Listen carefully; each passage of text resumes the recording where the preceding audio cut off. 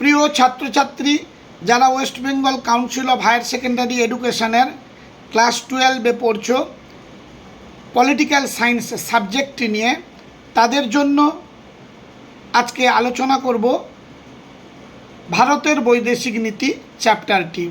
এটি তোমাদের ইউনিট 6 ভারতের বৈদেশিক নীতি। এটি হলো তোমাদের লাস্ট অধ্যায়। সেই হিসেবে এরপরে আমি একটি ফুল ভিডিও আপলোড করব, যেখানে প্রতিটি চ্যাপ্টারেরই প্রশ্ন উত্তর থাকবে এবং পরীক্ষায় আসার সম্ভাবনা আছে এমন সমস্ত প্রশ্ন। যারা চ্যানেলে নতুন তারা চ্যানেলটিকে সাবস্ক্রাইব করে পাশের বেল আইকনটি ক্লিক করে রেখো। নতুন ভিডিও আপলোড করলে সবার আগে নোটিফিকেশান পেয়ে যাবে। আর তোমাদের বহু সংখ্যক বন্ধুবান্ধব আছে যারা অর্থের অনটনে কোনো প্রাইভেট টিউটর কিংবা কোচিং সেন্টারে যেতে পারে না, তাহলে তারাও যাতে বিশেষ উপকৃত হয় তোমরা শেয়ার করে দেবে আর ভিডিও শেষে একটি লাইক করো। প্রথম প্রশ্ন, ভারত ও চীনের যুদ্ধ সংগঠিত হয়েছিল কবে? 1962 সালে। কবে ও কাদের মধ্যে পঞ্চশীল চুক্তি স্বাক্ষরিত হয়েছিল? 1954 সালে ভারত ও চীন। সিটিবিটি পুরো কথা কি? Comprehensive test ban treaty. ভারতের জোট নিরপেক্ষ নীতির জনককে? জওহরলাল নেহেরু। জোট নিরপেক্ষতা হলো স্বাধীনভাবে কাজ করার নীতি। উক্তিটি কে করেন? Jawaharlal Nehru. Foreign policy of India গ্রন্থটির রচয়িতাকে? Michael Brecher. India's foreign policy গ্রন্থটির রচয়িতাকে? ভিপি দত্ত। বাংলাদেশ মুক্তিযুদ্ধ অনুষ্ঠিত হয় কবে? 1971 সালে। সিমলা চুক্তি কবে স্বাক্ষরিত হয়? কাদের মধ্যে? 1972 সালে ভারত ও পাকিস্তানের মধ্যে। ভারত প্রথম ভূগর্ভ পরীক্ষামূলক আণবিক বিস্ফোরণ ঘটায় কবে? 1974 সালে পোখরানে। United States India commercial alliance কবে গড়ে ওঠে? 1995 সালে। ভিশন ডকুমেন্ট কবে স্বাক্ষরিত হয়? 2000 সালে। বৈদেশিক ক্ষেত্রে ভারতে লুক ইস্ট বা পূবে তাকাও নীতি গৃহীত হয় কোন প্রধানমন্ত্রীর আমলে? নরসিংহ রাও বা নরসিমা রাও নামে পরিচিত। G77 কাদের মধ্যে গড়ে উঠেছে? জোট নিরপেক্ষ দেশগুলির মধ্যে। পররাষ্ট্র মন্ত্রণালয়কে বৈদেশিক নীতির মস্তক বলেছেন কে? মর্গেনথাউ। পররাষ্ট্রনীতির রূপায়ণে মুখ্য ভূমিকা পালন করে কে? কূটনৈতিক প্রতিনিধি দল। মর্গেনথাউয়ের মতে পররাষ্ট্রনীতির মূল লক্ষ্য কি? ক্ষমতা অর্জন। পঞ্চশীলকে জোট নিরপেক্ষতার পরিণতি বলেছেন কে? KS মূর্তি। ভারতে জোট নিরপেক্ষতা হলো ড্যাশ গতিশীল। ভারতের পররাষ্ট্রনীতির অন্যতম মৌলিক বৈশিষ্ট্য মনে হয় দেখি,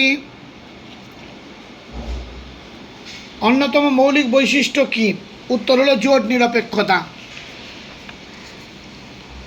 পররাষ্ট্রনীতির একটি অভ্যন্তরীণ নির্ধারক হলো সামরিক সামর্থ্য। পররাষ্ট্রনীতির একটি বাহ্যিক নির্ধারক হলো বিশ্ব রাজনৈতিক পরিবেশ।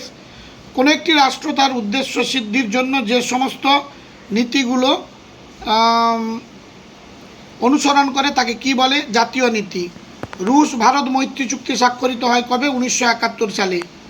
আমরা কোনো শিবির বা সামরিক জোটের অন্তর্ভুক্ত নই, আমরা কেবল একটি পক্ষের অন্তর্গত এবং তা হলো শান্তির পক্ষ। উক্তিটি কার? নেহেরু। আন্তর্জাতিক রাজনীতির চূড়ান্ত লক্ষ্য যাই হোক না কেন, এর আশু লক্ষ্য হলো ক্ষমতা। কার উক্তি? মর্গেনথাউ। কে বঙ্গবন্ধু নামে পরিচিত? মুজিবুর রহমান। ভারত প্রথম পারমাণবিক বিস্ফোরণ ঘটায় কবে ও কোথায়? 1974 সালে। কার্গিল যুদ্ধ কবে সংগঠিত হয় কাদের মধ্যে? ভারত ও পাকিস্তান। 1999 সালে। প্রধানমন্ত্রী রাজীব গান্ধীকে কবে হত্যা করা হয়? 1991 সালে। সোভিয়েত ইউনিয়নের পতন ঘটে কবে? 1991। চীনে গণপ্রজাতান্ত্রিক রাষ্ট্র ব্যবস্থার পতন হয় কবে? 1949 সালে। ষোড়শ জোট নিরপেক্ষ আন্দোলন কোথায় অনুষ্ঠিত হয়? তেহরান। কত সালে একটি অভ্যুত্থানের ফলে প্রধানমন্ত্রী শেখ হাসিনার দেশ ত্যাগ করতে হয়? 2024 সালে। বাংলাদেশ রাষ্ট্রটিকে কোন দেশ প্রথম মুক্ত দেশ হিসেবে স্বীকৃত দেয়? মুক্ত হবে ভারত। স্বাধীন বাংলাদেশের জন্ম হওয়ার আগে দেশটি কোন দেশের অঙ্গ ছিল? পাকিস্তানের। ভারত মার্কিন অসামরিক পারমাণবিক চুক্তি বা 123 চুক্তি স্বাক্ষরিত হয় কবে? 2008 সালে। স্বাধীন বাংলাদেশের জন্ম হয় কবে? 1971 সালে। আধুনিক বিশ্বের জোট নিরপেক্ষ আন্দোলনের গুরুত্ব হ্রাসের অন্যতম কারণ কি? এক মেরু প্রবণ বিশ্ব রাজনীতি। ভারত সরকার ব্রিটেনের রাজা বা রানীকে কমনওয়েলথভুক্ত রাষ্ট্রগুলির স্বাধীন সম্পর্কের প্রতীক বলে চিহ্নিত করেছিল কবে? 1949 সালে 27 এপ্রিল। বর্তমান সার্কের সদস্য সংখ্যা কত? 8। সার্কের নতুন সদস্য দেশটির নাম আফগানিস্তান। সার্কের প্রথম শীর্ষ সম্মেলন কোথায় অনুষ্ঠিত হয়? ঢাকা। বেলগ্রেড সম্মেলন অনুষ্ঠিত হয় কবে? 1961। ভারতে 1991 খ্রিস্টাব্দে কোন প্রধানমন্ত্রীর সময় বাজার অর্থনীতির সূচনা ঘটে? নরসিমা রাও। 123 এগ্রিমেন্ট স্বাক্ষরিত হয়েছিল কবে? 2005 সালে। সার্ক প্রতিষ্ঠিত হয় কবে? 1985 সালে। ভারত কবে সিটিবিটিতে স্বাক্ষর করে? না, এখনও স্বাক্ষর করেনি। ভারত হলো মার্কিন কৌশলের লিঞ্চপিন, কে বলেছেন? Barack Obama. শ্রীলঙ্কায় ভারত শান্তি বাহিনী পাঠায় কবে? 1987 সালে। শান্তিপূর্ণ সহাবস্থান নীতিটি ঘোষণা করেন কে? Nikita Khrushchev. বর্তমানে এনপিটি বা সিটিবিটি স্বাক্ষরকারী দেশের সংখ্যা কত? 172। এনপিটি নিউক্লিয়ার প্রহিবিটেড ট্রিটি বা প্রহিবিশন ট্রিটি। অ্যাটমিক হারভেস্ট গ্রন্থটির লেখক কে? MD Antonio. সিটিবিটি খসড়ার প্রধান রূপকার কে? জাপ রামাকার।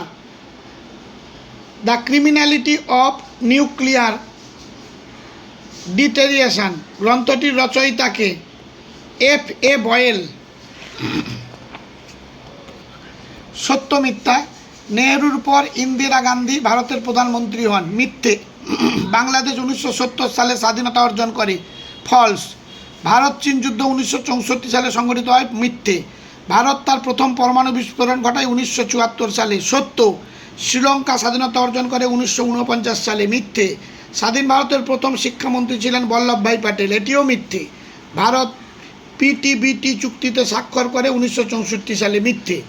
এবারে একটি স্তম্ভ মেলাও এখানে দিয়ে রেখেছি, দেখে নাও। হু অর্থাৎ ওয়ার্ল্ড হেলথ অর্গানাইজেশন মেলানোই রয়েছে, যে যার সোজা সোজা, তোমরা খালি মুখস্থ করো। এটা দেখো, সম্পূর্ণ বিপ্লব কথাটি বলেছেন জয়প্রকাশ নারায়ণ। গরিবি হটাও, এটি ইন্দিরা গান্ধী। পঞ্চশীল চুক্তি চীন ও ভারতের মধ্যে চুক্তি। রেল ধর্মঘট জর্জ ফার্নান্ডেজ। ইউনেস্কো এর সদর দপ্তর Paris. UNICEF Washington. IMF New York. হু জেনেভা। সমঝোতা এক্সপ্রেস উদ্বোধন হয় 1999 সালে। বিশ্ব বাণিজ্য সংস্থা গঠন 1995 সালে। মৌ মেট চুক্তি স্বাক্ষরিত হয় 2008। ভারত শ্রীলঙ্কা মুক্ত বাণিজ্য চুক্তি 1998 সালে। এবারে একটা টাইপ দেওয়া আছে সম্পর্ক নির্ণয়, দেখে নাও।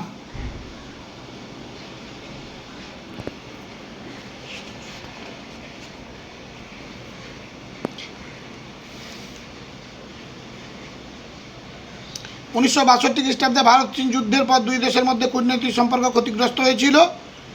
আর একটা বিবৃতি বি, পঞ্চশীল চুক্তি ভারত চীন সম্পর্কের ভিত্তি হিসেবে রচিত।